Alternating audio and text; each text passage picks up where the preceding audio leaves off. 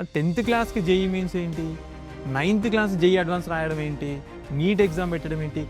9th క్లాస్లోనే inter first year అంతా dump చేసేయటం, 10th క్లాస్లో ఇంటర్ సెకండ్ ఇయర్ డంప్ చేసేయటం, 2 years ఇంటర్మీడియట్ అయిపోయింది వాడికి. అంటే ఇది నిజంగా ఇదే ఫౌండేషన్ అంటారా? ఒక స్టూడెంట్ని చూపించి 99 మెంబర్స్ ఫెయిల్యూర్స్ కూడా ఉండొచ్చు అక్కడ.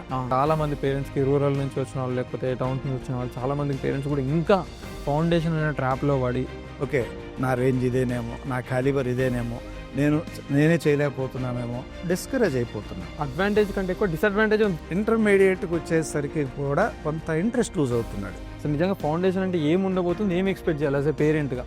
స్టూడెంట్ నీడ్స్ ఏంటి, ఐక్యూలు ఎలా ఉంది, ఏ రేంజ్ వరకు మనం ఇంప్రూవ్ చేయగలం.